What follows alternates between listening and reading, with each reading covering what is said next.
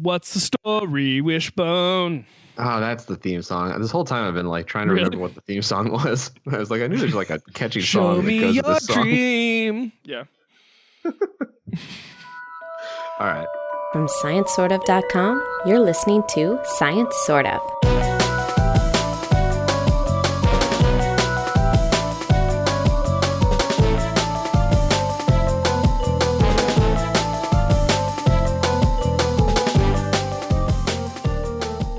Hello and welcome to Science Sort of. This is episode 316, and our theme this episode is Message in a Rocket. Joe, I thought you were going to harmonize with me. Oh, sorry, I missed my cue. Joe's here. He missed his cue. Hi, Joe. Message in a rocket. Are you joining me to talk about things that are science, things that are sort of science, and things that wish they were science? Well, gosh, I sure am, good buddy. And who'd you bring with you this time, Joe? I brought Abraham Padilla. Bienvenidos. Hola. Tío Abraham. Muchas gracias. How is everybody doing? You good? Doing pretty well. Yeah. Surprised by the unexpected arrival of winter here in East Virginia. It's cold, Joe. It's cold. It's been cold here, but I live in the desert where it's outrageously cold overnight, but still gets up to like 80 during the day. So you have to like go to work in a full-on winter coat, but then at the end of the day, you're like, shorts and t-shirt would be good. Yeah, I missed that. It's not great for your head or planning. It's hard to plan for. What do I need to wear today? Everything. You need to wear everything. Easier when you drive to work, at least. Well, yes, but it's also an inhibitor for biking to work because it makes it annoying. True. Yeah. Well, that's too bad. Yeah, you know, it happens. I've got my electric car. It's fine. Well, Joe, if you're annoyed, maybe I've got something here that can lift your spirits. Oh, goody. It's been a while. It's been a while. We last had Dr. Neil deGrasse Tyson on the show in episode 126 after previously having had him on the show in episode 25, but he's back. Basically a friend of the show at this point. Yeah. So Dr. Tyson has a new book out called Letters from an Astrophysicist, which is a publication of his correspondence with people who've sent him letters and his responses to them. And I introduced that when I introduced him for the interview. And you know who he is. I don't need to get into it. But I will say one little bit of background that you two might not know, having joined the show a bit later on. But when Patrick, originally Justin and I started the show, and then by the time Charlie was involved too, we basically made a list of all like who are the biggest gets in like science, in the world of science we could possibly have on the show, right? Sure. Yep, and he'd be on that list. He was number one on the list. This is 2010, 2009. Right. So he was number one on the list for me, and I remembered, I started working my way through the list because I was full of vim and vigor. And did you start at the top of the list or the bottom of the list? Yeah, start at the top of the list. Why not? He's number one. Start at the top of the list. Yeah. So, go for it. I think he might have been working on the reboot of Cosmos at that point, but like I wasn't even aware of anything that he had to promote. I wasn't aware of that ecosystem that I'm now a part of, which is how we get these opportunities to talk to him. Is his publicist, when he's got a new project that he wants to promote, reaches out, and I've worked with this same publicist for other interviews, so like we have a bit of a rapport. And so I just went to his website and filled out the contact me form. And they got an email back almost immediately. It was like, he's got a half hour next Tuesday. You want it? It's like, what? Wow. Yeah. And that was how we got him on the show the first time. All right. That's pretty sweet. That's pretty rad. So this was me chatting with him about his new book. You may notice that I ask a little bit about the new book, but then when we just start talking about what we want to talk about. So more discussion Naturally. of 1960s sci-fi movies than you might expect. But outstanding. With that, let's get into first half of the interview. Here we go. Woo. Pew. Whoop. All right, Dr. Neil deGrasse Tyson is the director of the Hayden Planetarium and a popular promoter of science in various media, including television, podcasts, social media, and books. His latest book, Letters from an Astrophysicist, is a hand-picked collection of 101 letters with people across the globe and is available now as a hardcover, digital release, and audiobook. Dr. Tyson has joined us on Science Sort of twice before, once back in 2010 and again in 2012, but it's been a minute, so we're happy to have him back, and thanks for joining us. Yeah, it's been a long minute, actually. A lot's happened. Yeah. So thanks for having me back on. Absolutely. So I know it's a bit of a basic place to start, but I'm very curious, what made you want to publish a book that's about correspondence with people? Yeah, so over the years, I've received correspondence from the public, and about half of that correspondence are sort of traditional science-y questions where my expertise is not unique, so I can get staff members or even graduate students to field those questions, and they would reply under their own name so that I get to establish a relationship if they needed, a question and answer relationship. If the question, however, was of a more personal nature, where someone read something I wrote or saw a speech I gave, and they were somehow touched by it, positively or negatively, and they came back to me with a deeper inquiry about that topic, I would reply to those are the ones I would reply to. And selfishly, as I replied, I would say, this particular reply I'm composing here, it would be a shame if only one person saw this. So I would say maybe I'll collect these in the future into a volume. So if the letter took extra effort of me to have created and composed and put together, I'd put it aside in a folder. And then when I had several hundred of these, I said, it is time. So I went back to that folder, found the 101 most intriguing personal letters and correspondence that would then form the corpus of this volume. And there are all these different chapters. There's a chapter on parenting. There's a chapter on hate mail. There's a chapter on life and death. There's a chapter on philosophy. There's a chapter on beliefs. A chapter on pseudoscience. So there's a lot going on there, and it's probing where the general public has felt the most angst and the need to then ask somebody about it, ask a scientist in particular. So I'm also a scientist. I'm a paleontologist. So thinking about it as a data problem, does each chapter have a normally distributed number of letters to pick from, or were there some chapters where you really had to cull the herd? So as I laid out all the letters, I said I will never figure out how to organize these. It was quite the challenge, actually, and so it ended up by me printing each letter, laying them out on the floor, and slowly stacking them into common themes. And fortunately, a dozen common themes did emerge, and each of these 12 chapters is they are statistically representative of the half of all the letters that I answered, the ones that had a personal nature to them. So they do represent, I think, accurately what's going on in the minds of people out there who feel the need to write to a scientist and to ask a question. And so, by the way, you may appreciate this. I think this is true, and let me know if you agree, that most people in their lives have never met a scientist, much less be able to claim one as their friend. So when they see me on TV or on a video or a documentary, for whatever reason, they feel comfortable enough to think of me as their friend and write to me with these dilemmas that they face. So it's quite a responsibility, I think, to play this role, and I didn't take it lightly at all. I do agree with you that a lot of times when I meet people and they find out I'm a paleontologist, they say, oh, I've never met a paleontologist before, and they compare me to Ross from Friends, which is not my favorite comparison. I would much prefer a character from Jurassic Park. I think Dr. Statler is probably my top choice there, but it's interesting that you point out that they have like a level of comfort with you, because science remains one of the most trusted professions out there. So like, I think people want to believe us when we talk to them. They just don't find that they have enough opportunities to maybe actually make those connections. Yeah, in fact, there's an actual letter in the book where the person was declaring that scientists did not have respect.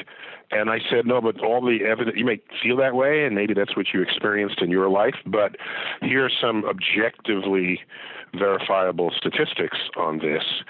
And one of I think the greatest measures of respect that science gets is that fundamentalist religions want to put creationism into a science classroom, because they know that would elevate it if it was ever thought of as actual science. So they wanted to get the respect that they know science is getting, that they're not otherwise getting if it stays in the religion classroom. So, but there are plenty of other indices of this as well. But yes, it does get respect. But I don't want people to respect it blindly. I want them to still know how to ask questions and hold the scientists to hold them accountable for explaining what it is they want you to know and what it is that the experiments have revealed. Because the average member of the public is not there on the frontier of research. They don't know. And often there's a journalist sitting in between them and the research results. So the more scientists who can participate in this, I think the better.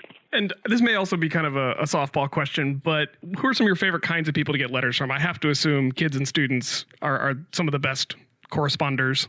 Yeah, I don't invest emotion in it just that way. So the demographic is different. I don't care who you are, where you came from, or what age you are. If you write a question where you sincerely want to know another point of view on that idea that you're presenting, that's the ideal student. It's a student who is open to learning. The worst letters are where people come in and they just want to tell you that everything you've done and thought in your whole life is wrong, and the deep thinking they've been doing is correct. You might get some of that in paleontology, but definitely in astrophysics, it's the next person who can explain away the Big Bang and relativity is wrong, and they just want to tell you that they're right. That's not an interesting exchange. So the most interesting exchanges in this book are where there's an open dialogue that I'm conducting with these people. And that can happen in any package, young, old, foreign, or domestic. I mean, and that's a really classical way to write this kind of book. I mean, Galileo wrote dialogue, he wrote as dialogue to make his arguments about the movements of the planets, which is kind of a cool rhetorical way to write something. I hadn't thought about it that way, but you're exactly right. And he did that without email. He constructed the dialogue with Simplicio and I forgot the other guy's name. This dialogue, if you read it, you get to see Galileo putting in arguments on both sides of the fence, so that you can imagine yourself coming to him with these questions. And then you hear the answer given all through the invocation of reason and experiment and observation.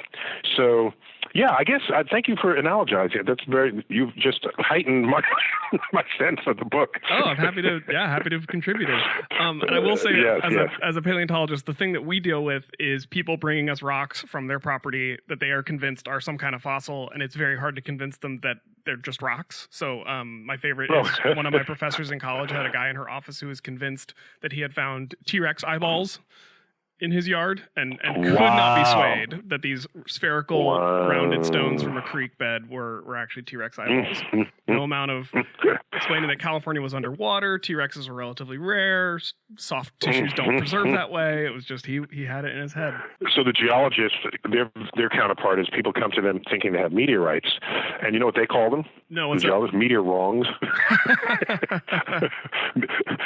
Most meteorites are meteor wrongs, right? No, you don't have a meteorite.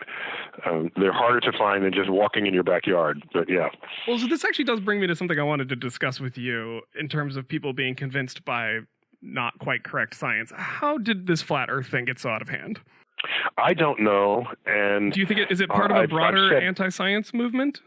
Yes, but I can say another thing, that it's evidence of two things. I've said this before. Two things. One, that we live in a country that protects freedom of speech. And two, that we have a failed educational system. And I know that's a cop-out to say just blame the educational system, but I think it's really true that if you can graduate someone who doesn't really understand what science is or how and why it works, and to them science was simply a repository of facts, you go in with an empty satchel and the science professor or teacher fills it and you pull out what you can for the exam and move on. If that's what you think science is, then you're left susceptible to saying, well, science is just one way of knowing. Here's another way of knowing, and I trust that. These are my feelings. My feelings aren't any less legitimate than your scientific findings. Well, in fact, yes, they are less legitimate. And the people don't have the tools to recognize this fact. And if there were ever a reform in the educational system, science would be taught very differently. And it wouldn't be memorize all of these scientific phenomena and we'll test you. It's let us get you thinking scientifically and change the wiring of your brain so you know how to ask questions, how and when to be skeptical, and how and when the data are convincing. To be skeptical doesn't mean not believe everything. You get people who go to the 3% of the research papers on global climate change, and they're saying, I'm skeptical of the other 97%. There's a point where skepticism is misapplied. That's not taught either. So, yeah, we have quite the task ahead of us. This may not have a good answer that exists, because not all of us have access to an obelisk in Alexandria, but let's say that if there's anyone listening right now who has drifted down that path of some sort of pseudoscientific thinking, we'll use flat Earth as our example right now, how would you recommend that they test that belief, either with some experiment that they can run themselves that would convince them the globe is round, or a different way of finding information? Like, what would you tell that person if they were on the way there but not a true believer yet? Yeah, so the question is it too late, for many of them? Like I said, if it's brain wiring, that's got to happen in school. But what I would say is, what single best evidence would you require for you to give up on the whole thing of flat Earth and recognize that Earth is spherical? What single best evidence do you need? So you would ask them what they were looking for. Interesting. Yeah, okay. Yeah. I'd ask them what single best evidence would convince them. And if they then describe it, and if I then supply it, if they then say, "Oh no, that was probably faked," or then it becomes a conspiracy. Then they're not just someone who's not up on the science; they cross over into conspiracy theorist, and the book handles, at least in a couple of cases, just such a person, where you already know what you want to be true. Or rather, you also want what you know to be true, or you think there's something you want to be true. And when there is countervailing evidence, or there's a gap in evidence, you assert that it's been covered up or otherwise concealed by official agencies or authorities. This way, it allows you to continue believing what you want. And so this happened to me. It's not in the book, but it could have been. Someone came up to me and said, who's a boyfriend of someone I'm working with, an older fellow. I mean, he might have been 35 or 40. And he said, I don't think we've been to the moon. So it's a moon denier. And I said, why do you think so? Well, and he gave me his explanation. And I said, and what he told me was, Neil, if you tell me we've been to the moon, I'll believe it. And I said, that's not how this works. No. Because you want to believe something based on the authority of who says it. That's not how anything should ever happen. It should happen because you recognize the evidence and the evidence convinces you. So that's when I asked him, what single best evidence would he like that would convince him? And he said photos of the landing site, which you can't get from Earth's surface because the Earth's atmosphere and the resolution of telescopes isn't good enough. So I said, okay, here's a website where we sent a reconnaissance orbiter around the moon, photographed the whole surface. And in there are photos of the landing sites of the Apollo missions. And you can see the rover tracks and the remainder of the lunar excursion module, which was the base for the part that floated back up, that sprung back up again to join the command module. So overnight he goes home, digs it up, looks it up, comes back the next day, and he says, Neil, I saw those websites, yeah, and did have those pictures, but I noticed that NASA is a co-sponsor of the site, and NASA is the government, so they could have just faked all those photos. I said, we're done here. I said, we're done. This will be true for you no matter what anyone presents. So, yeah, that was the end of my conversation with him. I saw it might have been on The Onion or one of those other satirical sites, that it was like even moon deniers are pessimistic that we could fake a moon landing with our current technology at this point. Like they were having the same pessimistic feeling that we're having right now with Artemis. Yeah, there's a whole other fact that can you imagine what it would take to fake a moon landing, including producing all the engineering documents and building a ship that does hold enough fuel to get to the moon and back, but somehow, and we all watch it launch, but somehow does not go to the moon, right? At some level, it's just easier just to get to the frickin' moon and back rather than faking getting to the moon and back. It also shows that they don't know much about Stanley Kubrick as a director, because the guy was so committed to authenticity, he probably would have just launched the Apollo rocket to the moon to get the shots. Like, then he gets real footage, right? Exactly. Yeah, that was the way he kind of liked to do things. Right. 2001, Space Odyssey was 1968, just a year before. So it would have been primed for that.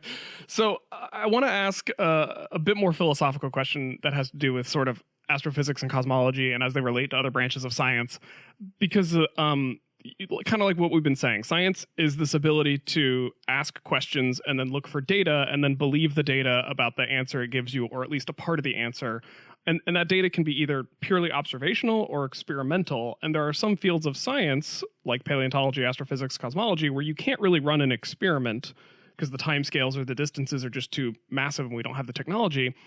Do you have any thoughts on the role that experiments play, especially when it comes to like the public perception of science, and how you use purely observational science or the impacts that has on the way you do public outreach?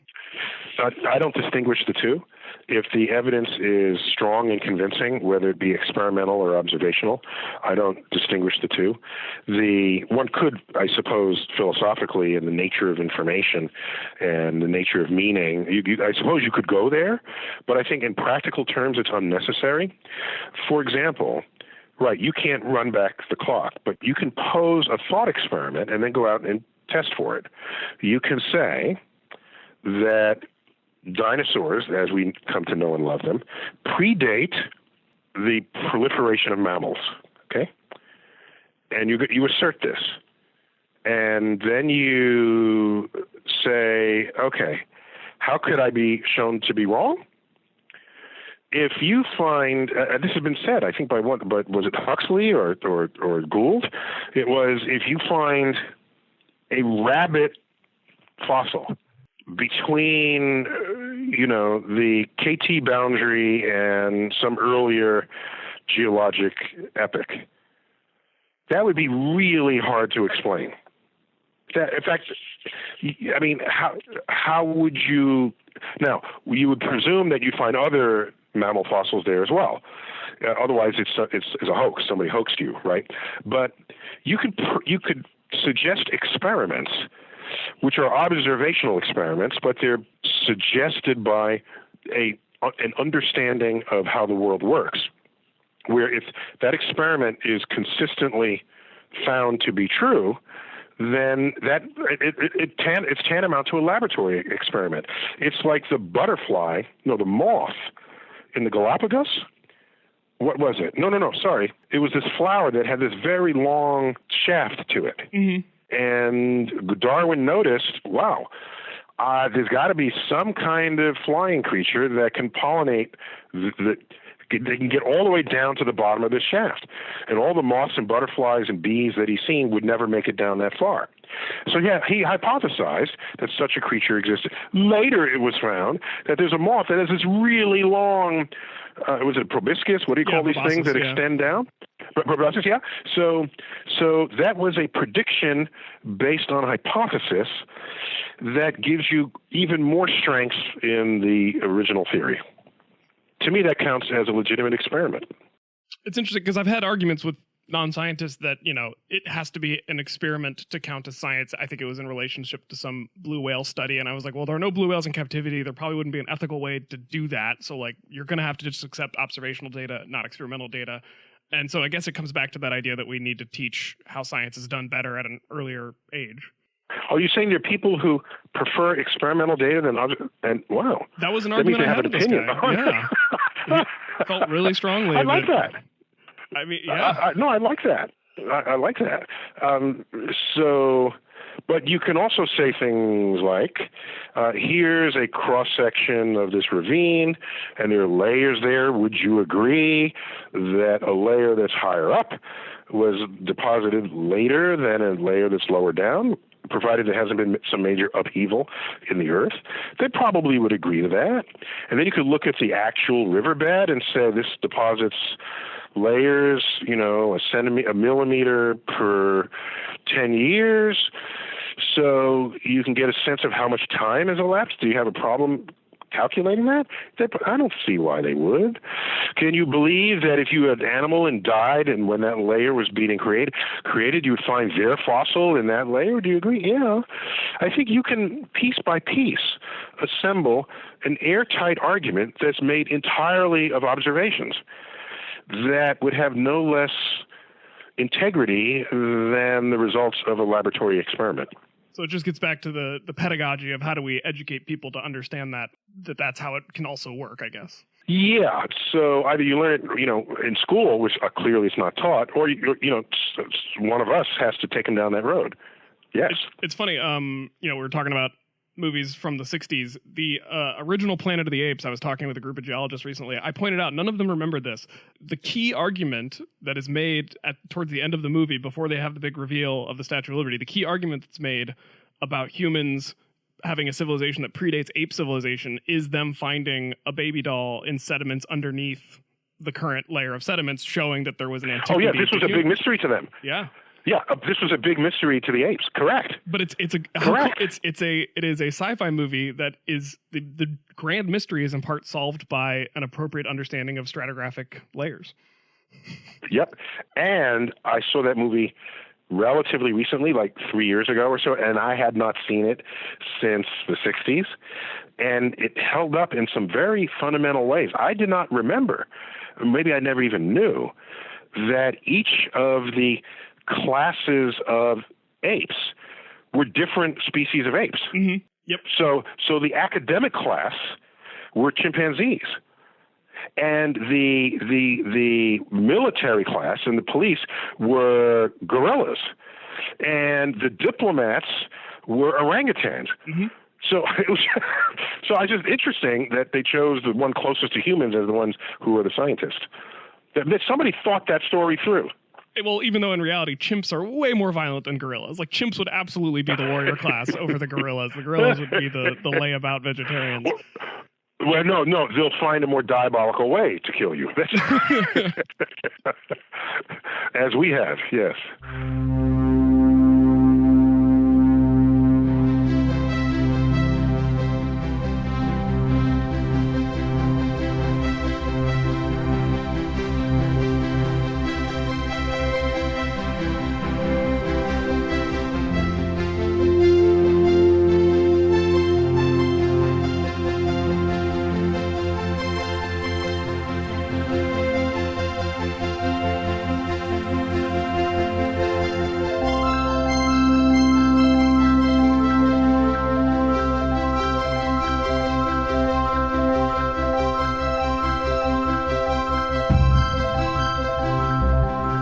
Episode of Science Sort of if we didn't also talk about what we are drinking. So we are breaking into the interview. We're breaking it up into manageable bite-sized chunks, and one way to swallow a bite-sized chunk is to wash it down with a tasty beverage. So who wants to go first? I think I might make Abe go first. Okay. So I've been over the last year or so amassing a stockpile of beers that I think at some point will come in handy for one of our chats. I do the same thing. and finally today I was like, yes, I have the right theme for this next episode. So I'm having a beer from Captain Lawrence Brewing Company, which I actually don't know where it is. Captain Lawrence, it doesn't tell me on here. But anyway, then the name of the beer is called Orbital Tilt IPA. Oh, nice. Yeah, and it's an IPA, dry hopped with Citra hops. And I'll read you the description because this was one of the things I looked at and I was like, this is totally a recording beer. So it says, as the earth spins and twists, so does your mood, so does your taste, and so does Orbital Tilt. This IPA has been brewed using a healthy dose of imported Pilsner malt and malted oats to create a smooth mouthfeel. Finish off with dry hopping with a blend of Citra lupulin powder and pellets for a tropical aroma and finish. So at 5.9%, it's really good, really well balanced. It is very like tropical aromatic, like that piney IPA. So I'm enjoying it. Excellent. That's all I got. And speaking It's of delicious. And speaking of Orbital Tilt, I was pestering a friend of mine, Joe, for information on CubeSats because I realized I've been so dismayed over our lack of a human launch vehicle that I haven't been keeping up on other launch capabilities, and I had no idea how CubeSat launches actually worked. And it's pretty cool. Oh, yeah, they're pretty bananas. Yeah. So apparently, Abe, they at least the version that I was having explained to me yesterday is they launch them on a rocket up to the space station. And then the space station has smaller rockets or missiles. I don't know what you call them when they're already in space. And then the ISS launches them from ISS to their destination, because basically they get launched up in a big batch, right? You put like 4 or 5 CubeSats in a single rocket because they're small. Right. And then they go up to the ISS, and then the ISS fires them off in the spots where each individual one needs to be. I thought the rocket just opened up and like they all just kind of floated out at the right time. Well, that wouldn't get them in the right orbit, would it? It depends on the satellite. Okay, but I thought that was I didn't know the ISS had rockets. I didn't know it had defensive capabilities. I Joe. did I think either. I think it just ejects them with like a spring-loaded mechanism or That like would a make more sense than my imagination. pneumatic cannon or Of something. a Tomahawk missile firing. Yeah, Wait, no, so it actually, has you're to right. It has a accelerate rocket them? battery. Huh? Yeah. It has to accelerate them. It wouldn't work to like just push it out the air lock and be like float behind. No, ISS is in low Earth orbit, and not all of those Oh, they gotta satellites get are to- built for low Earth orbit. So I thought it was neat. I need to learn Yeah. more. We should probably get a guest on the show who can talk about CubeSats. Anyone out there, if you're an expert on CubeSats, get in touch. Expert on CubeSats and allowed to speak on it. Right. Yeah. Right. That is the trick with Willingly. satellite type stuff. Unfortunately, we're not the House Intelligence Committee. All of our hearings are public here on Science, sort of. That's right. It's my new job Yeah. leading through it all, guys. I can't tell. Joe, what are you having? I am having a Rocket Fizz Gene Autry Root Beer. Who's Gene So we'll Autry? just- Autry. Yeah, I don't know why it's a thing, but they named this root beer after Gene Autry. This is the Gene Autry part is not really relevant to the show. It's just a soda that's interesting enough to have on the show. Like Gene Autry, the cowboy. Yep, Gene Singing Autry the cowboy. The Gene only Autry one is to get spelled out Anaheim in a world rope championship. on the logo. Anyway, it's a root beer. We'll see how it is. Where does root beer rank on your Tastes pretty preferred good. sodas? Not that high. Really? Really? Yeah, I mean, well, What? I like a root beer. no, I mean, root beer is good. Don't get me wrong. I guess I Feel like I'm you're gonna doing rescind yourself that wrong. Yeah, I am. I'm going to rescind that statement. I guess I just never drink it because other stuff just ranks higher and is always available, i.e., Like- just like cola. I usually go for a Regular Diet Cola Pepsi. is boring. So you like a I usually beverage? just go for a Diet Pepsi or Diet Coke or a Coke I think Zero. for me, the only thing that ranks higher than root beer is cherry soda. So Diet Cherry is the ideal. Diet Cherry Coke is like ideal. Diet Cherry Pepsi. What if you're at a place like Shake Shack that has the root beer on tap, though? Honestly, I usually just avoid those because it's like just loads of sugar. Yeah, that's a good point. What about Barks? Barks got Spark. I just like Barks because it has caffeine. Yeah, Barks has It's caffeine. one of the few That root beers Barks that got has Spark. caffeine. Well, Barks has bite. I'm having a beer, not from a root, but from a cannabinoid floret. Is it floret or is it a little Cannabinoid floret. I don't know. Sounds a good. hop It is bud? a floret. Yeah, Yeah. it is a floret. Yeah. It's the flower, technically. Yeah. So I'm having a beer that, Abe says that he's been collecting beers to have on the show, but Abe is also very generous with those beers. And so Abe gave me this beer and Ooh. I wanted to have it on the show, and then Abe and I just didn't record together for a while, but this is not the kind of beer you want to age, so I just figured I had to have it. And then I checked. I've never had a beer from Russian River on the show before, which astounds me. What? And Dr. Tyson and I in our interview were talking about a lot of science philosophy and sort of the fundamental foundations of how we do science, so I thought I would give the old nod to Pliny the Elder Great choice. from Joe's state of California. Is it my state now? Do I get to claim that? You're the only one who Yeah. lives there anymore. You're I there. guess that's true. So yeah, this is like the classic California West Coast IPA. I guess there's probably some people in the craft beer scene who would claim that the West Coast IPA was a San Diego development. And there's probably some truth in that with Stone in the early days and all that. But Pliny the Elder certainly holds a spot on the Mount Rushmore of West Coast IPAs. Yeah, I mean, they doubled it. It's just a great beer, and I didn't want to wait on it any longer. And Abe actually got me a IPA glass with my name engraved on it. So This Ooh, is an all Abe based beverage situation. Good job, Abe. Awesome. Not only got the glass, I engraved the glass myself, Ryan. Right. Oh, did I you forget really? to mention that to you guys? You did not mention that. Apparently, I did not mention that to JP either. You were a bit distracted that One of the day. other recipients Yeah. of this glassware. You had a lot How going on. did you engrave it? Just chemical glass etching. Oh. Did you use a stencil? Yeah, well, so that the hardest part was actually the stencil because I hand drew them all. That's nice. Or No, I you hand did not cut. tell. You did not tell us any of that. I hand cut the stencils, and I bought one of those razor, what do you call them? The X-Acto knife pens, and I got the right kind of vinyl adhesive paper and everything, and I had to trace them all by hand onto the vinyl because I couldn't print on the vinyl, and then I had to cut them all with an X-Acto knife so that the right parts of the design got etched. Wow, that's wild. Wow. So, Well, thank you for telling me that. That's good to know. But I was going to use my having an adult beverage to point out that there's some adult stuff in the next segment of the show.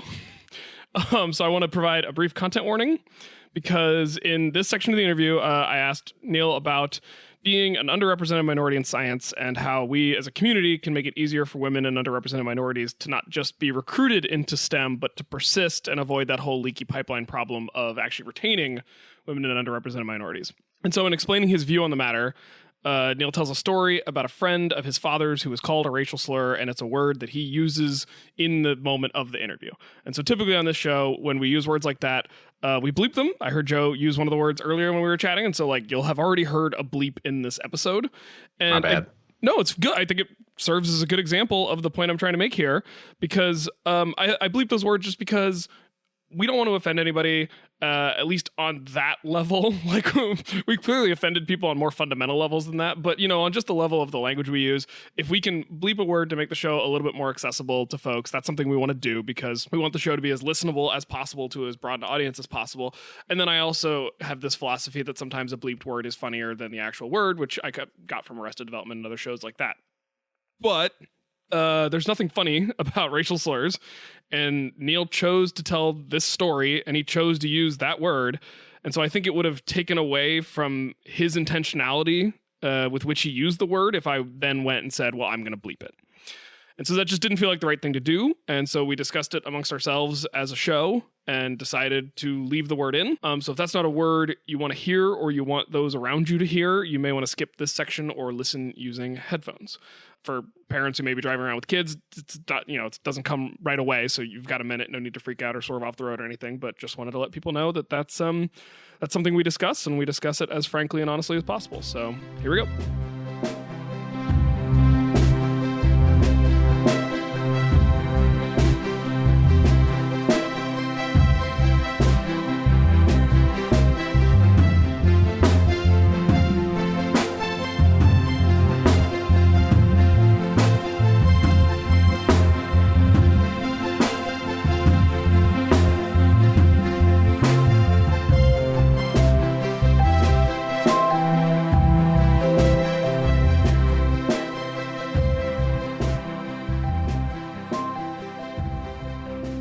So you're very active on Twitter, and Twitter is a bit of a garbage. I guess so. I mean, it's 5 posts a week. I mean, it's not. They're really active people, and they're multiple per day. Sure. But I average about 5 a week. Yeah. But Twitter is such a reactionary place that sometimes things you say provoke strong reactions, not always positive reactions. And so I wondered if you had a thought about that. Does it bother you when you get negative responses? Do you worry that it has any potential to undermine your ability to be a positive promoter of science and do science outreach? Yes, that's a great question. The first, social media is littered with cesspools of foment. Is that a noun? Can I make foment a noun? Fomenting. I'll allow it. If it's not a noun, let's make it a noun. Of cesspools of foment, and so when I post. My objective, well, first, it's a thought that I happen to have anyway. I don't start the day saying, what am I going to tweet today? That is not how this works. I have a thought, and I say, that would make an interesting tweet. And so I sketch it down, and then I shape it because the character limit has to work, and I want the words to flow, and I want it to be memorable. And so here's what happens. I have an expectation of how people will react to the tweet. And I'm correct most of the time. I would say, well, this is a really funny tweet, and I hope people agree, and then people laugh, and, LOL, and ha ha ha, this sort of thing. Or if I say, this is insightful, and I want people to receive it in an insightful way, and then I see the Twitter thread that it generates. Occasionally, I would say between 1 in 10 and 1 in 20 tweets, there are interpretations of the tweet that I had not predicted. And I say, ooh, that's interesting. I never thought about it that way. Okay, so the next time I go there, I'm going to factor that in. And then I say 1 in 50 tweets, I just get it wrong completely. And the entire comment thread goes in a complete opposite direction from my intent. And then I say, I did not know that. Okay, that I learned something else today. Okay, so for me, everything there is a learning experience. I'm not there to shock people. I'm not there, and I hardly ever post opinions. That's the crux of this. It may feel like an opinion, but it's not. If you look at practically every tweet I've ever posted, but people love fighting opinions. We no longer live in a day where we say, oh, that opinion is different from mine. That's cool. Let's go have a beer. If that opinion is different from mine, I will fight you until you agree with my opinion. That's what's going on today in social media. So, and imagine this is happening to me even though I'm not posting opinions. People still argue it. I'll give you an example. I once tweeted, what was it? Oh, at Walmart, the nation's largest gun seller, you can buy an assault rifle, but company policy bans the sale of pop music with curse words. That's all it was. That is an opinion-neutral sentence. And all it's designed to do is highlight two things that are not entirely consistent with each other. And so what do you think about that? And what happened is, if you read the comment thread, people divided, thinking, half thought that I was trying to get rid of freedom of speech, or there's a private company, they could do what they want. The other half thought I was trying to get rid of guns. And they chose sides based on the assumptions they made by looking through the lenses they carried to the tweet themselves, even though it is a formally opinion-neutral tweet. So I learn how the public's brain is wired when I see these reactions, and I fold that into future comments that I make. Interesting. I just have a few more questions, and then I'll let you go. Sure. I just started a science policy position here in DC, so I had to throw in a policy question. You were twice appointed. Oh, with what agency? What agency? I'm with the Geological Society of America doing their science policy work on the Hill. So I'm not with an agency. I'm with a nonprofit that's focused on geoscience policy. Okay, so it's different from the USGS. Yes. So we gotcha. work with and advocate for the USGS just because they, as an agency, can't necessarily push for some of the things they might want. So we're a member of the USGS coalition and things like that. So you were twice appointed by President George W. Bush to serve on scientific commissions. Can you talk a little bit about why you felt compelled to serve a president that was seen at the time as very divisive, even on issues of science? Yeah, if I don't serve him, then who does he talk to? That you can avoid everything you don't like in this world, and then it just stays that way. So do you feel the same way now? Like, do you think things have changed? I can say that George Bush, W. Bush, did surround himself with people smarter than he was and more talented than he was. And you might not like where they took their smarts or their talents, but if you look at, for example, his cabinet as he started assembling it, it was Condoleezza Rice, who came from Stanford. It was Colin Powell, an unimpeachably decorated war general. You had all these people, and in fact, so you just look at this and you say, okay, I got the call, and the call is, do I want to serve in this capacity? And they asked me 20 questions. all of which would be illegal if you were applying for a job, like what's your sexual preference, or have you ever protested? Have you ever been arrested? What newspapers do you read? And I came across, liberal, progressive in this conversation, and then they said, are you familiar with the president's policies? And by the way, this is 2 months after he was put into office, and I think there was still dimpled chads in Florida. And so I wanted to say, how could he possibly do that? And then I thought, well, that would not be productive. So that's when I said I applaud his effort to surround himself with talented people so that he can make the best decisions he can in the interest of this nation. And then I was appointed. So the people who wanted to criticize him for stockpiling committees that will only get the answer that you think he's looking for, that is objectively false. Because everything I told him in that, quote, job interview was culturally and politically opposite the platforms that got George W. Bush elected. And I was his appointee to that commission of 12. The president gets 6. Congress gets 6, 3 from the House, 3 from the Senate. 2 were appointed by the majority leader, 1 by the minority leader. So it's a presidential commission, so they get the bulk of the representation. But I was in those 6. Okay. Then I had people come up to me and say, oh, he did that just because he needed a black person in there. Well, there were 2 other black people on the commission. Okay. So it's possible to be completely blinded by your politics when looking across the aisle to what's actually going on there. So this was a huge baptism for me to see how politics happens, what the motivations are for it, what's behind it, and what people who are not close to it would end up saying about it. And so, yeah. I've experienced how different the conversations happen in the room as well versus on the news soundbite. Right. Something we've been trying to do on the show is when we have a female scientist or a minority scientist on, we want to give them the opportunity to talk about diversity in science, but I don't want to put you on the spot if that's not what you want to talk about right now because you're promoting the book. So is it okay if I ask you a little bit about diversity in science?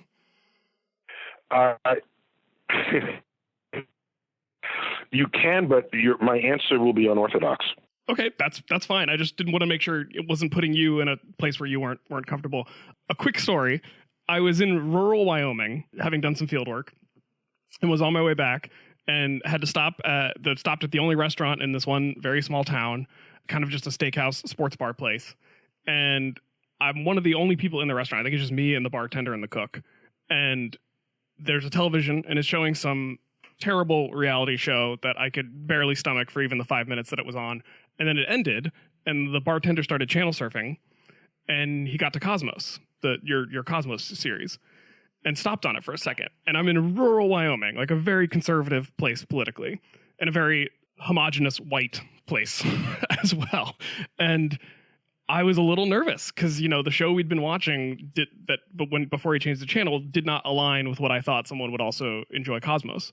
And after a few minutes of watching, the guy just kind of sighs contentedly and goes, I am just so impressed by that Dr. Tyson.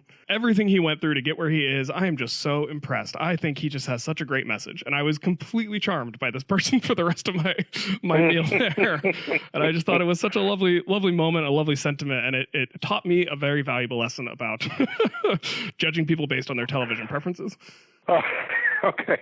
But also, there's a way to communicate where a person joins you in the understanding of what's going on rather than puts them at odds with what it is you're trying to say.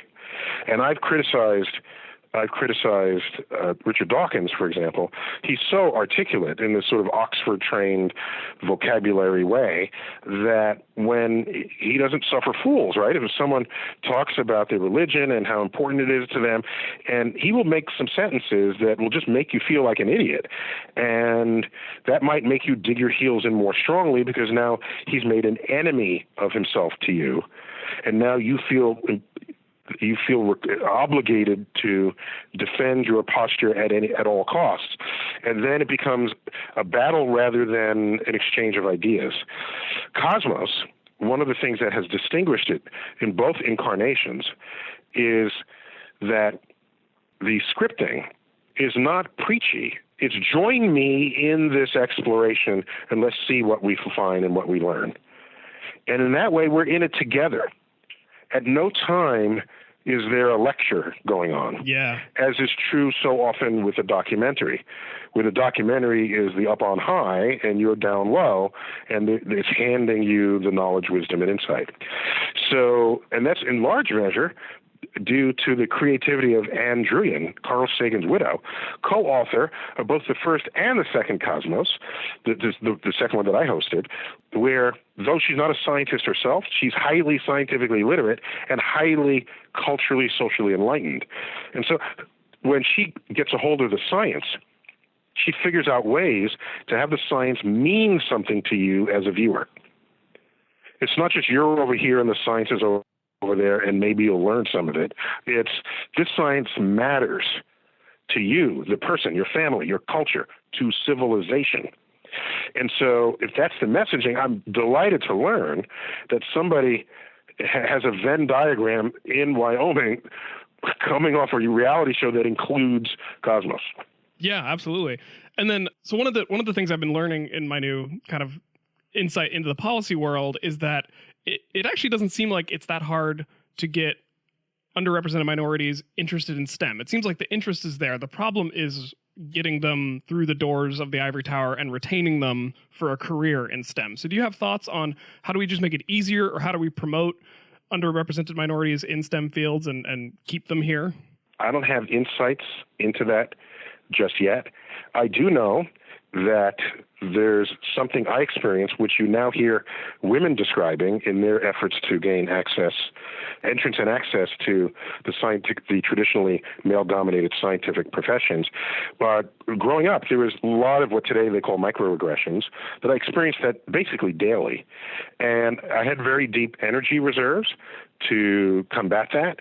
I don't mean fight it physically, I mean to overcome it emotionally and intellectually. And so, but my deep reserves began when I was 9 years old. I knew I wanted to be an astrophysicist beginning at age 11, but it was percolating between age 9 and 11. So here I am in graduate school, in college, in graduate school, postdoc, all this time.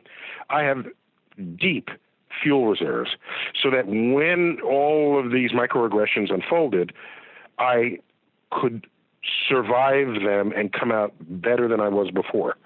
But I think to myself, how about all the others who would be as good or better scientists than I could have been, than I would become, but didn't have as deep energy reserves? And so we have this leaky pipeline of people who want to be the scientist, but they just get discouraged and they turn left or right off the trail rather than continuing on the trail. And these stories are repeated among women, all right, in the field trying to get into the field. So all I can say is, before anyone starts talking about whether there's actual interest in one field versus another, I think you'd have to get rid of the suites of microaggressions that happen every single day before you can even have a conversation that goes beyond that. Interesting. And I know that there are some people who don't like the term microaggression, but to me, it's like, it's just not being rude to people. Like, it's an extension of politeness. Yeah, I mean, sure, today what are microaggressions would go unnoticed in a previous generation. So in the book, I tell a story that was shared with me by my father. My father grew up, of course, a generation before. And by the way, no matter what anyone tells you or thinks, the country has gotten systematically better for the African-American community that resides here throughout the whole time. Now, should I be the one to say it's also gotten better for women? I think you need women to comment on that. But you can. There's another way you can ask the question. If someone rolled in a time machine, if you're black or if you're female, and you say, is there any time in the past where you would like to move to where you think you're better treated than you are in the present? I think there is no time. There is no time at all. I have heard the joke that you're not supposed to ask black people time travel questions. It's just for the future, not going into the past. Oh, there you go. I like that. That's a good riff. Neither of us, the women nor the black folks, have a seat at the table occupied by the white men of especially in the era of colonization and onward.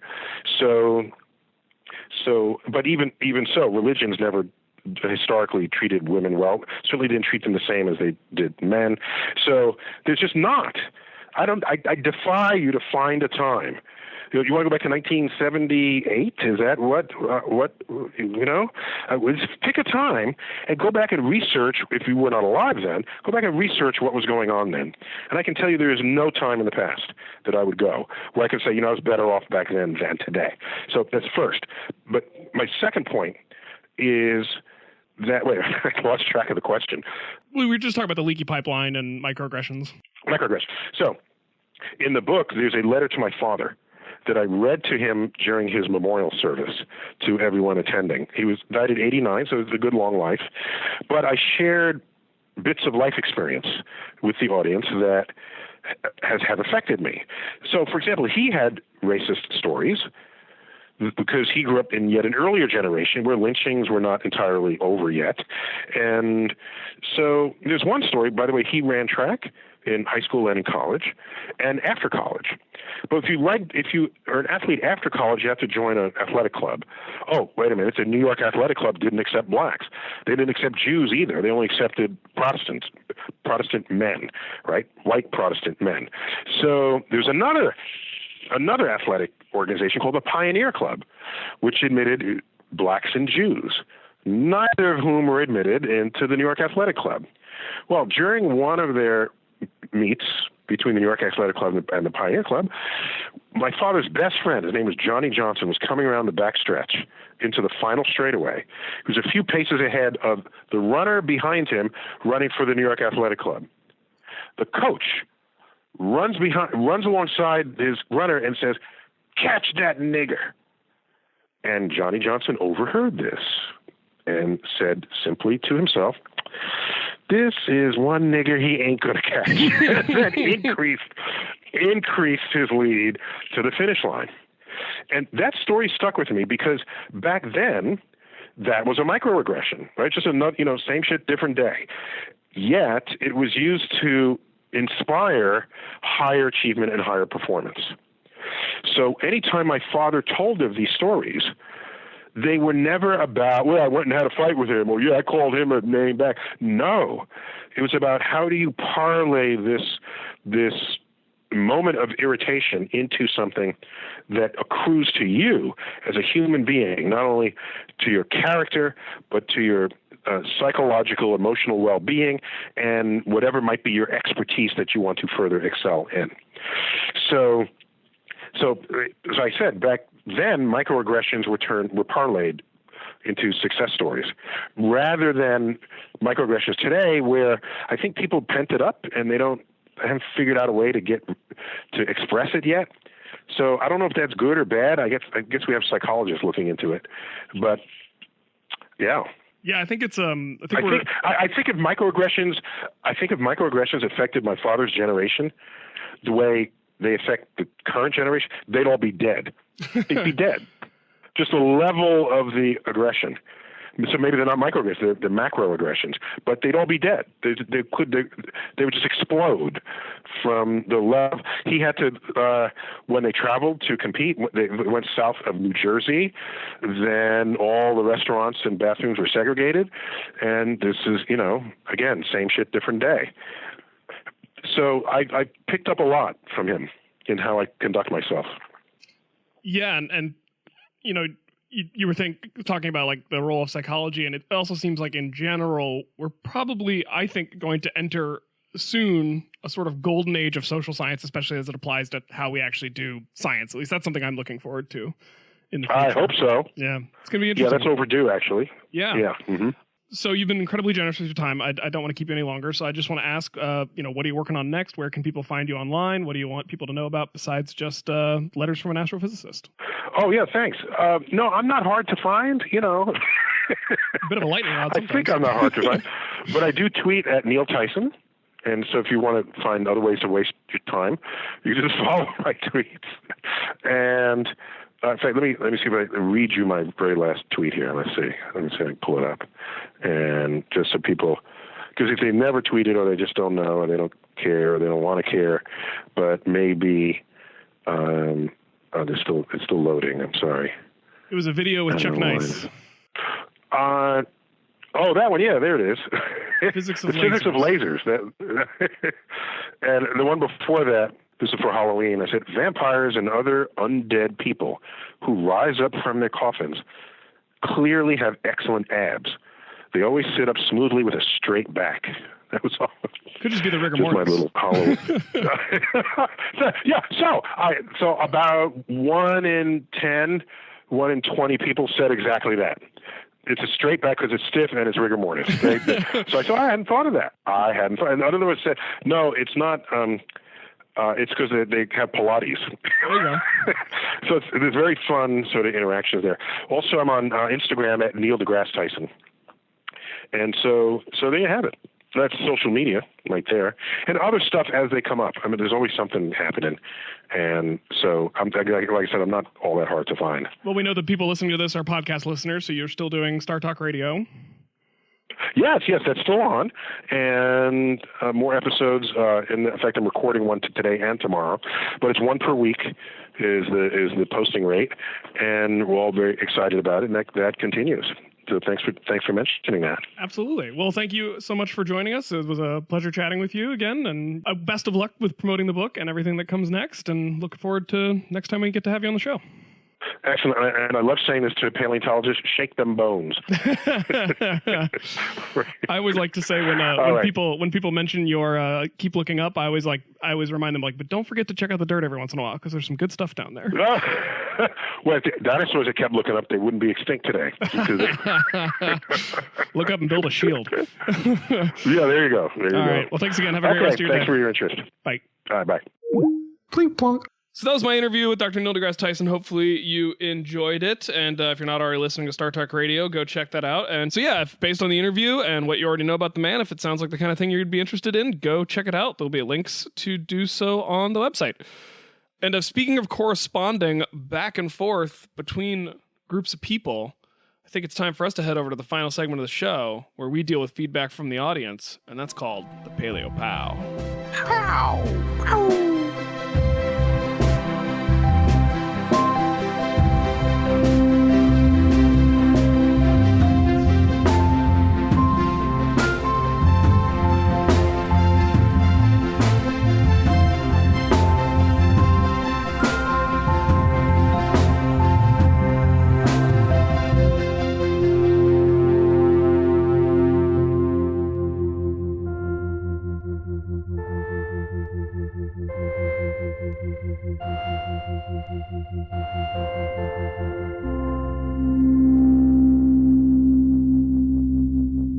PaleoPOW is a segment of the show where we are just tickled pink to get to talk. Well, sometimes I say deal with or fumble through, and I'm trying to be more positive about it. I just really enjoy every time you struggling to come up with something other than deal with.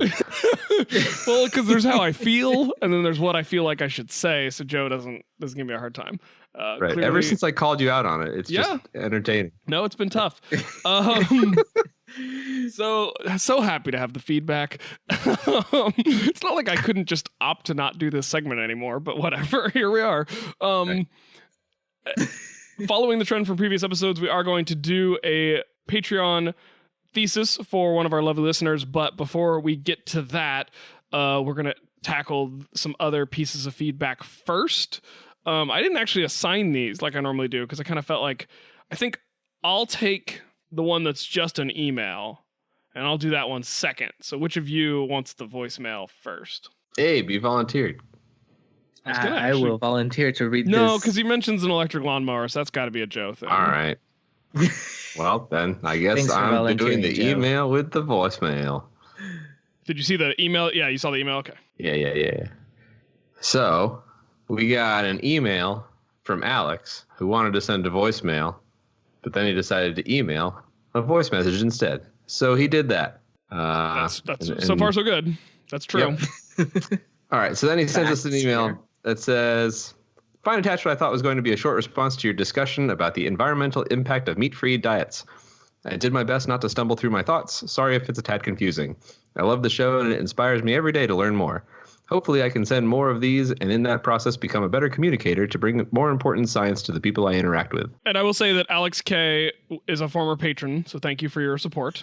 Aha, thank you, Alex. Yeah, thank you very much. Thanks for staying in touch, too. Yeah. So the voicemail is in response to episode 311, Eat, Scan, Love, where we talk about how diets that are healthier for human bodies are actually also better for your carbon footprint, which is a fair bit of data to support. I don't think that's a super controversial thing to say, but whenever we talk about human diet, it is something that always elicits a lot of strong reactions from people. And so it was really cool to get this email and then subsequent voicemail from Alex, and we're going to give it a listen right now.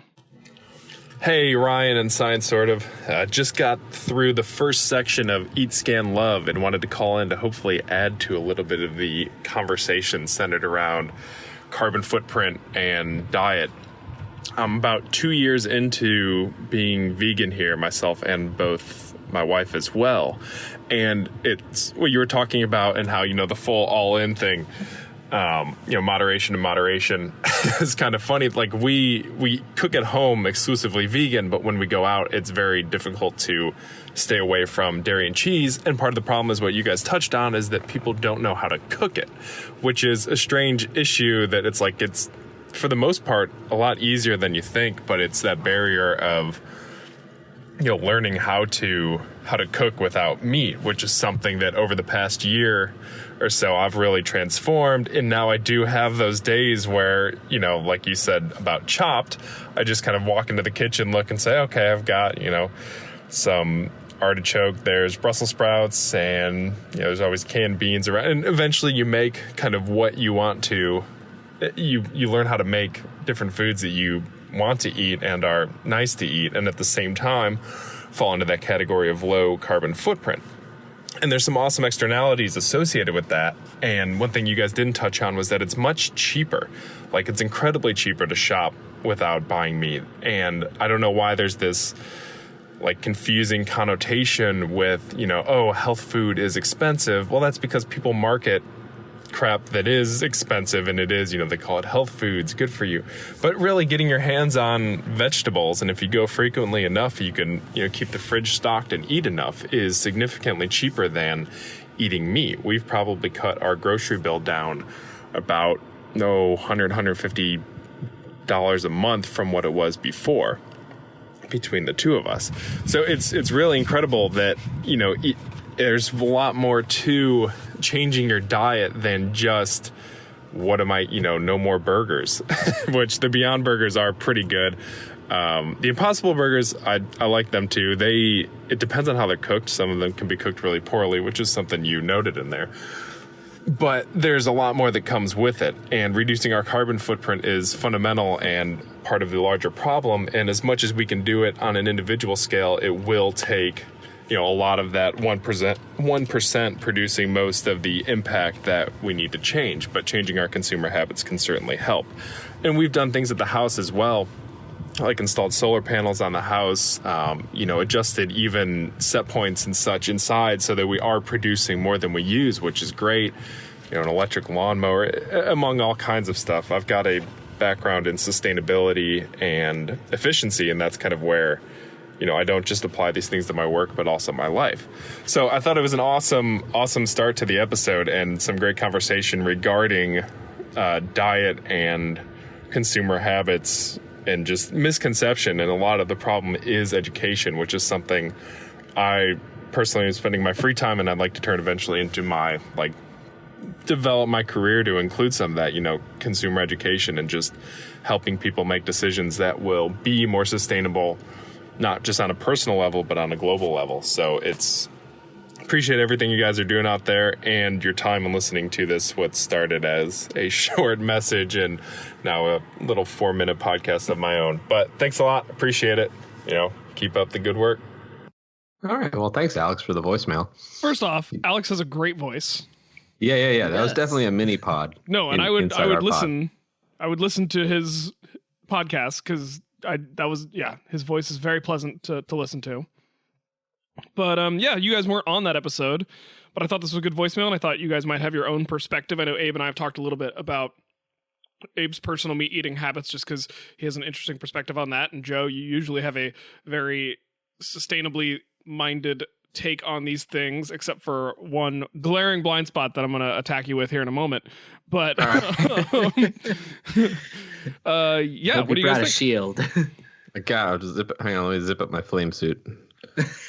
No, that was a great voicemail. So he did make an extra comment post voicemail. So he says, regarding the electric lawnmower comment, he says, I wish I lived somewhere I didn't have to mow a lawn.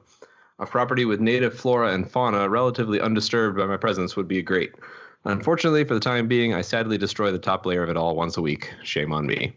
Thanks, Alex. Which I guess, okay, so Joe, you just wanted to walk right into getting attacked right away. Let's do it. Because you're a yard defender, you monster. Yeah. And Abe and I hate yards. Yeah, I mean, look, I get it. I do. But they're pretty.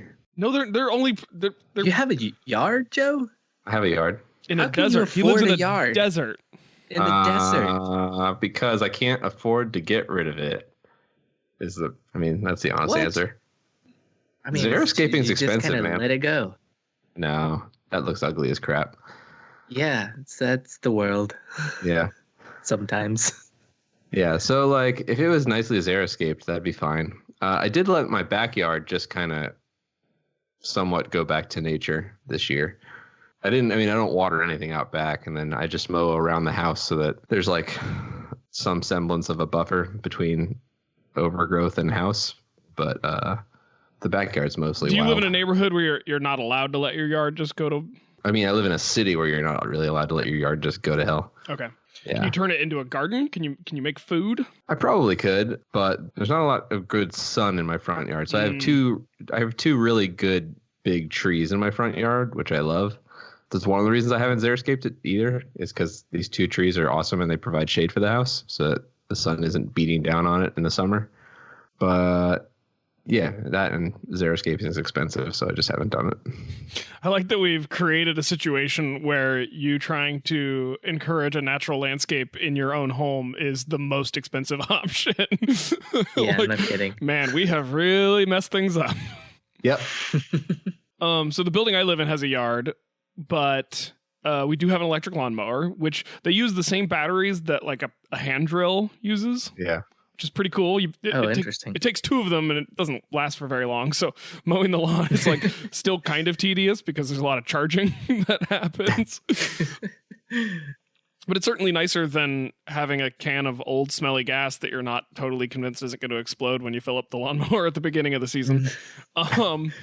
But our building has done some cool things. So we've converted some of the yard into garden plots and started composting and cool things like that. But I'm lucky that I live in a small enough building where, the folks in our age bracket and similar ideas about having just a grass yard that serves no function as opposed to some garden plots for individual units. Everyone was on board with that. So, I recognize that I got a pretty lucky situation and everyone has that, but I had to give you a hard time about your yard on the show, Joe, because we talked about it on Slack. Yeah, that's fair. I acknowledge this anachronism. Is that the right word? I don't know if it's anachronism, because that would be if it was like... It's not the right word. I mean, I guess it's anachronistic in that it's a little old-fashioned of you when you're usually a very forward-thinking person. Yeah, there's a word I'm going for. Anyway, but yeah, I know I get it. I get that. So I guess if you're going to have a yard... Yards are bad. If you're going to have a yard, you have to be vegan. That's the rule now. Ooh. Sorry, Joe. I don't know. I had a Beyond Burger at Carl's Jr. semi-recently. It was very okay. It was like flavorless.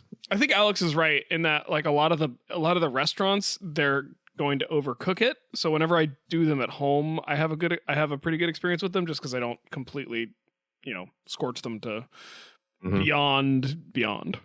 Yeah, I mean it wasn't like what the offensive. Beyond is about. It wasn't like offensive in any way. It was just fine. It was like a ketchup flavored delivery mechanism. I don't know. I wouldn't get one again, probably. You should try them at home. I also never go to Carl's Jr., so this is a weird case. They work pretty well for home burger nights, I have found. As we talked about in the episode, they're still currently more expensive than ground beef, but, that'll come down in price as the technology gets refined. What about you, Abe? I don't think I've ever tried a Beyond Burger. Right, but you and I talked about, like, meat consumption and your your technique for? Yeah. So Bev and I we also think about, sustainability and long-term impact and carbon footprint a lot. And so where we can, we have made the effort to move away from mass production. And, I'm not going to lie, I love meat. I love all kinds of meat. And so very hard for me to see a future in which I don't eat it. It does taste good. Yeah. And so what we've done instead is we have moved towards a locally sourced, more sustainable source of food for us. And so what we've been doing recently is we have joined CSA, Community Supported Agriculture Program, that runs locally here in East Virginia. And part of what we sign up for is a meat share from a farm that does local, sustainable, raised, no drugs, no antibiotics, no major stuff, no hormones.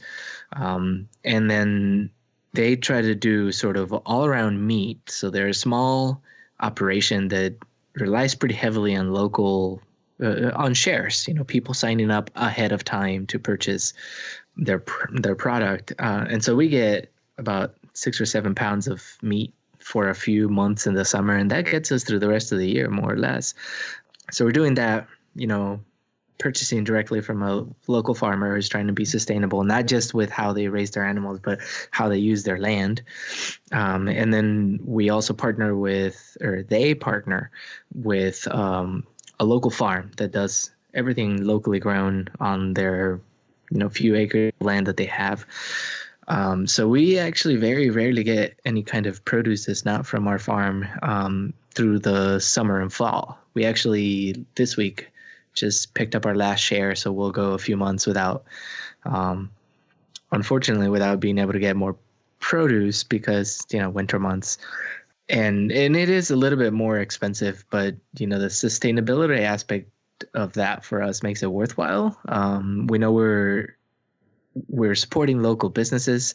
They're pretty fantastic. It's, if it means anything, it's organic, local, small scale, it keeps a really awesome business operating. And that's, one of the big things we've driven in recent years is how can we focus on getting our food locally? There's a lot of stuff we obviously can't get locally sourced, but we try to minimize that. So we go maybe to the grocery store about once every other week for minor stuff, which makes us feel pretty good. And then the other aspect of that for us, and not just reducing carbon footprint, but reducing waste, because I think that also has a big impact. And one of the things that our CSA allows us to do is we can recycle a bunch of the stuff that is reusable. So things like egg cartons and containers that, vegetables come in, we just take them back. But we also just have a bin where we dump every vegetable and, all the greens into the same bin, and we bring them home and wash them. And so it has significantly reduced the amount of waste that we produce at home. And then we're composting. We're lucky enough to live in a community that has a commercial composting program, or partners with a commercial composting program. So we can compost beyond what most people could do in their homes and their backyards. Everything from like animal waste, and a lot of things like compostable cutlery and plates and things that you'd normally get at a restaurant that are kind of moot because they don't compost.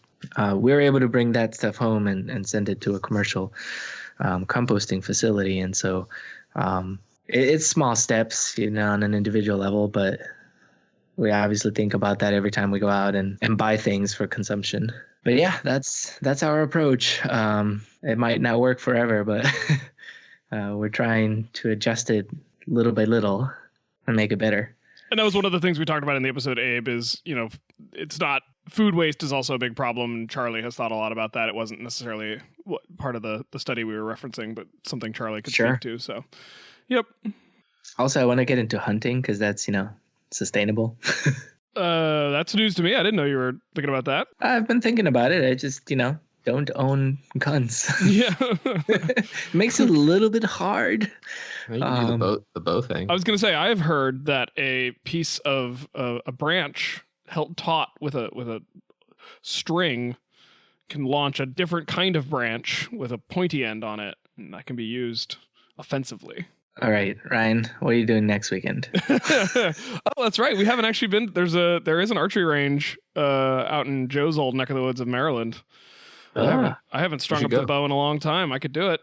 Maybe. Do you have a bow? I have a bow. Really? Yep. Nice. It is styled as a hunting bow, but it is a recurve, so it is not the most practical bow for modern hunting. But when I got into archery as a Boy Scout, it was more about, I was just really into the idea of target shooting. Yeah. So I was never really intending it for hunting, and I just really liked the recurve as sort of a technological improvement on something like a longbow, but not the fully kitted out pulleys and levers of the compound bow. So that was kind of my bow of choice. Nice.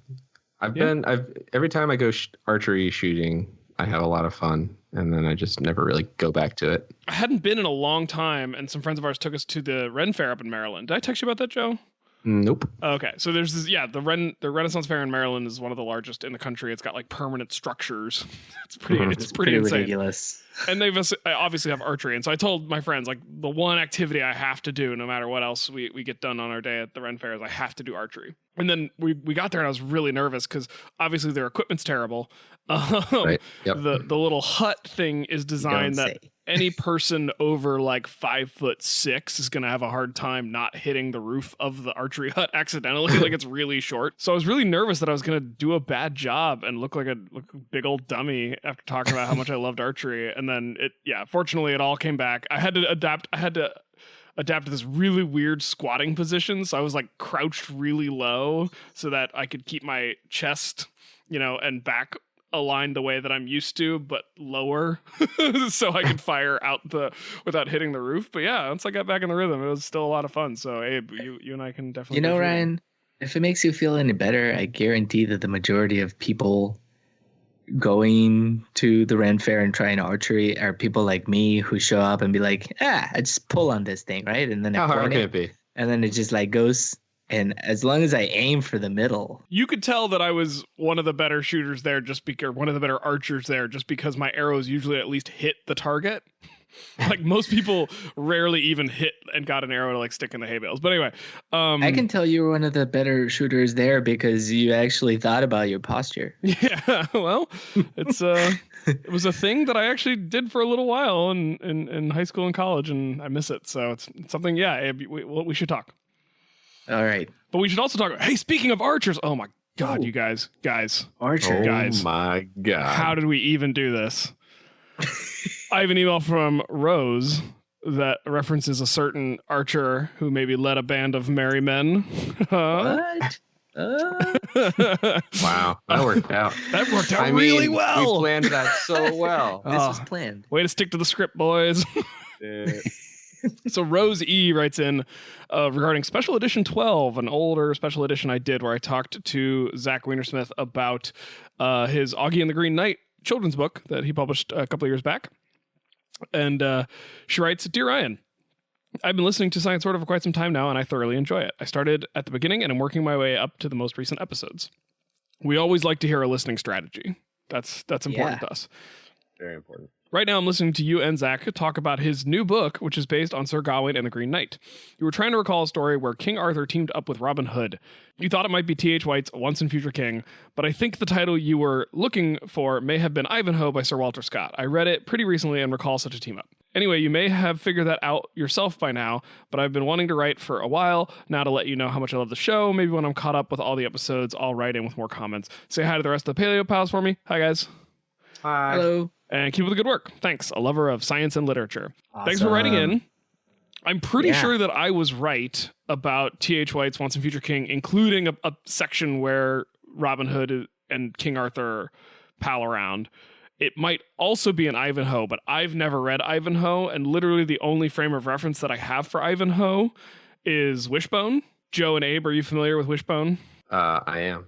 Nope. Little doggo reads books. I might be now. There was a show on PBS where a small dog would go on literary adventures where the dog was a character in the world dressed up in costume, but then it would cut back to the real world where the dog would be reading the book. So it's just the dog's imagination, but the book that he would be reading would have something to do with whatever trials and tribulations his boy owner was going through. Okay, we definitely didn't get PBAs on the range in Mexico. And I didn't like the show Wishbone. That's the thing. Like, I thought it was a dumb show. And then, so the only reason I have an Ivanhoe reference for it is because there's this amazing piece that was written for The Toast called The Pitch Meeting for Wishbone. And it's about how on earth a show like this, like, how would you sell it in the room? Because it's so weird and surreal and complicated. And if you've never read the piece, all I would say is if you usually skip the outro after the credits, maybe don't. Maybe stick around this time, because it might not have made it to the rancho in Mexico, but you might hear a similar accent in a dramatic reading, is all I'm going to say. Wait, are we going to do it both in English and Spanish? I don't think we're going to do it in English and Spanish. Maybe Spanish, if you can make it a Patreon reward when we reach like $2,000 a month. Deal. All right, all you Patreons out there, I will translate this into Spanish, and Ryan and I and Joe. Okay. Do we need more people? ¿Cómo? ¿Necesitamos más gente? I'm going to put you in a como. We can loop in Ben or Charlie or something. Uno más. I think we can get uno más. I did reference Arrested Development earlier. That I'm going to put you in a como is an Arrested Development quote. Looking for this guy. I'm looking for this guy, Hermano. All right. One last bit of PaleoPOW feedback to wrap up. Abe, I don't think I've assigned you anything yet, so why don't you take it away? Ryan here with a quick programming note. We did not realize that we'd already given Jerm a thesis in the previous episode, and I thought about cutting this segment, or I thought about trying to post hoc go back and ascribe it to somebody else, but neither of those seem like really good options. It's kind of a fun workaround thing that we go through. It's, this segment cannot be taken too seriously because it is scientists playing a dumb improv game we made up ourselves to thank the people who give to the show. So I guess Jerm just went ahead and double majored, only increasing the enigmaticness. And thanks again, Jerm, and to all of our other patrons for keeping the show going. All right, back into it. So we're going to do a Patreon thesis. Let's see here for the enigmatic Jerm. So we got some topics about space, right? Yep, and we don't really usually when we have a Patreon thesis for somebody, I'll check to see if we've interacted on the Patreon page or if we've interacted over email or something like that. And my search is by no means exhaustive, so it's possible I may have missed something, but nothing immediately obvious came up. So I don't really know anything about Jerm or Jerm. So we just gotta go with our gut. Herm. Okay. We got space. We got Robin Hood. We got Orbital Tilt. Letters and correspondence. Letters, yeah. Science, yes, communication. There's always science in the show. And lots of sustainability. It's communication, Ryan, specifically. So what about the carbon footprint of written correspondence, Joe? Ooh. An analysis. What about an analysis of alternatives? I think the carbon footprint of the USPS versus email. That's all sustainability. Yeah. I think we need to... And it's on the USPS, and we like the USPS. We do like the USPS. I think we need to find a way to laud the efforts of the U.S. Postal Service, which we're all fans of. With rockets and So I was trying to think of a space? way where you could flip it, Joe, where it's like sending emails from a Bitcoin mining rig versus like what about a normal letter. And like, so is there a way you could it's kind of a meta p hacking joke about like, is there a computer rig that you could build that's less sustainable than just sending a letter on a piece of paper in a truck?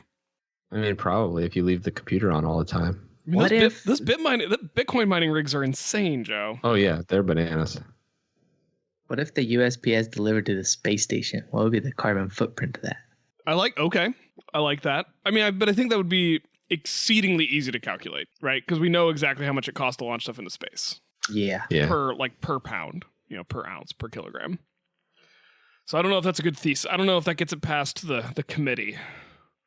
I think email written versus electronic communication is a good carbon footprint comparison. Yeah, I mean, it's the problem with that one is it sounds like a decent study. Like we need to. The patron thesis has to thread the line between dumb,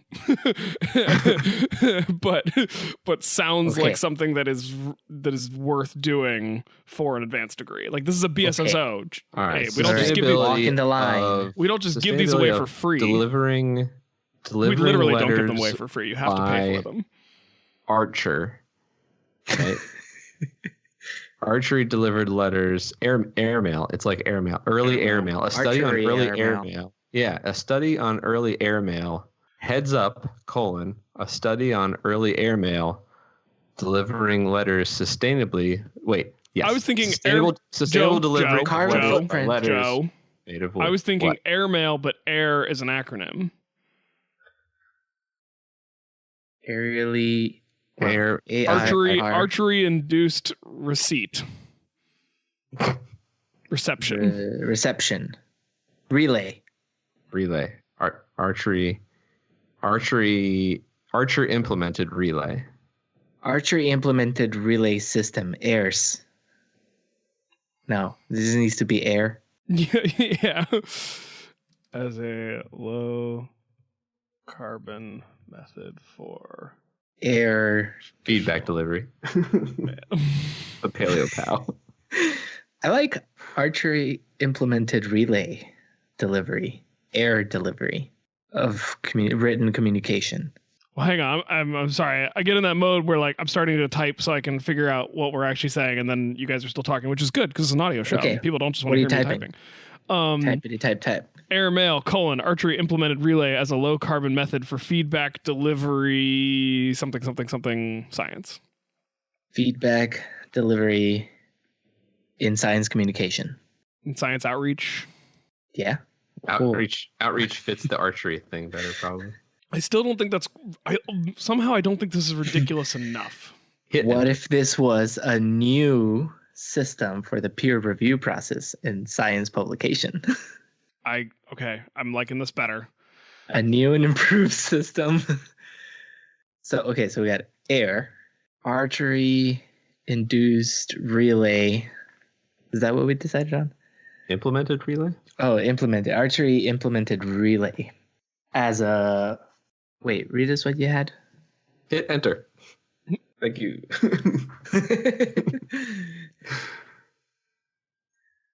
Archery implemented relays is a low carbon method for peer review system.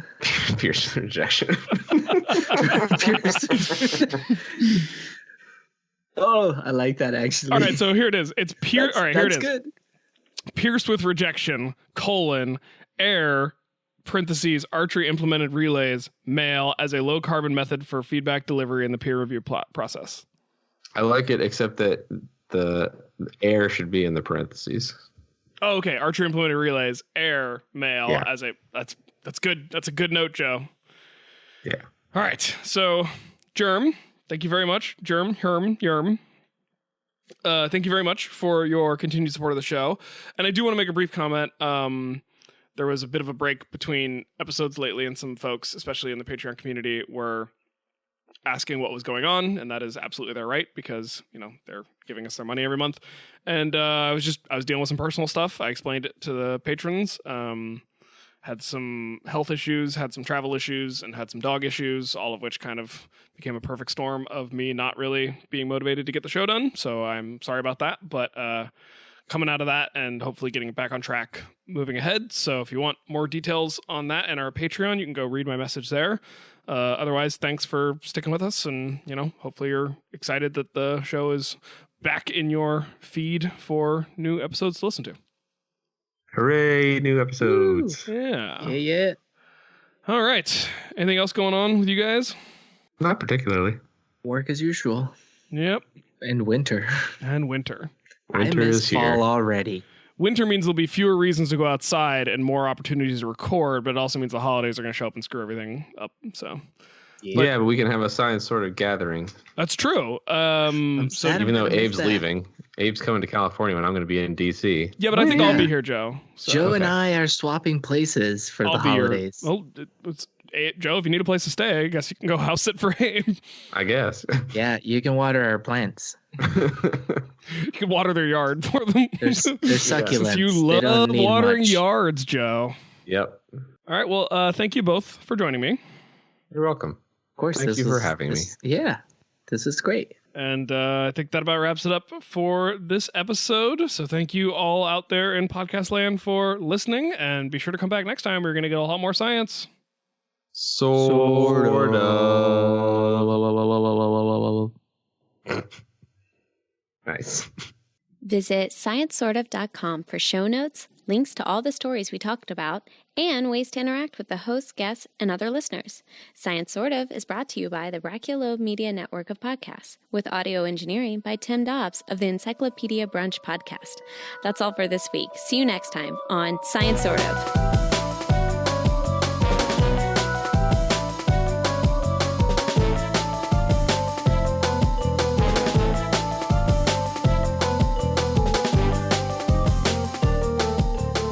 And now, a dramatic reading of The Pitch Meeting for Wishbone by Abby Fenbert, as appearing on thetoast.net. The scene. An office at PBS Studios where a visionary has come to pitch his idea for a new show. Okay, so there's this dog, We're listening. We're listening. and he loves books. Mm-hmm. And he knows all about classic books. Adorable. Like a cartoon dog? No. A live Jack Russell Terrier. He belongs to a boy named Joe. Nice. And Joe reads him the books? No, Joe couldn't care less about the books. Oh, okay. Joe and his friends' day-to-day scrapes resemble the plot lines of great novels, and Wishbone, picks up on it. Wishbone? The dog. Oh. The name seems like more of a turkey thing? Should we name him something literary like Dostoevsky? No, his name is Wishbone. Unlike his human companion, Wishbone is a great lover of books. When Joe's life reminds him of a masterpiece, as it often does, our canine Virgil guides the audience on a journey into that book. So the dog can talk. Nope. Joe and his friends and Joe's mom think he's just a regular dog. Joe's dad? Ellen is a single mom. She's a widow. This is a story about the limitless ecstasies of the imagination, but we want to respect the complex lives of our young viewers, so sometimes things are very real. Wishbone can narrate, though. So when we travel into the world of novel, Live actors, costumes, the works. Mini Masterpiece Theater. Also, Wishbone is a character. narrating? No, he's an actual character in the book. I get it. In the book part, all the characters are played by dogs. You get nothing. Wishbone plays a character. For example, Romeo in Romeo and Juliet, and the other parts are played by adult human actors. But you said he can't talk to humans. No, see, in the world of the book, nobody thinks he's a dog and people understand him, just not in the real world. But then what is real, right? Like they just never acknowledge he's a dog? I mean, he wears a costume, so... Come on, it's imagination, guys. Kids understand, and that's what reading's all about. Personally, when I read, I picture Ivanhoe as a dog like half the time, at least. Literally, Wishbone is wearing a Romeo costume and standing in front of a grown woman in Elizabethan gown who's asking him to deny thy father and refuse thy name, but no mention of the fact he's a dog? Correct. The suits shrug, like, I guess that checks out. All fours or hind legs? That really depends on the themes of the books. Furious note-taking. Can you go into more detail as to how a middle-class American boy's life constantly resembles episodes from the literary canon? Like, his female friend wants to play soccer with the boys' team, and that's kind of like Joan of Arc wanting to fight in the 100 Years' War. Is it? Yes. The suits take drinks of water. The visionary does not drink. He only sees. The classics really resonate with kids' everyday lives. Maybe you don't want to babysit your little sister, and that's just like A Tale of Two Cities. Or, off the top of my head, just thinking about what kids these days do, maybe our man Joe starts a business delivering groceries, which seems really great at first until the corporate megalomania transforms him into a prepubescent Midas lording over the suburbs. The connections are almost too easy, know what I mean? Here's the thing, Lance. There's a lot of great stuff here. Creativity, out-of-box thinking. Out of the kennel, if you will. The visionary will not.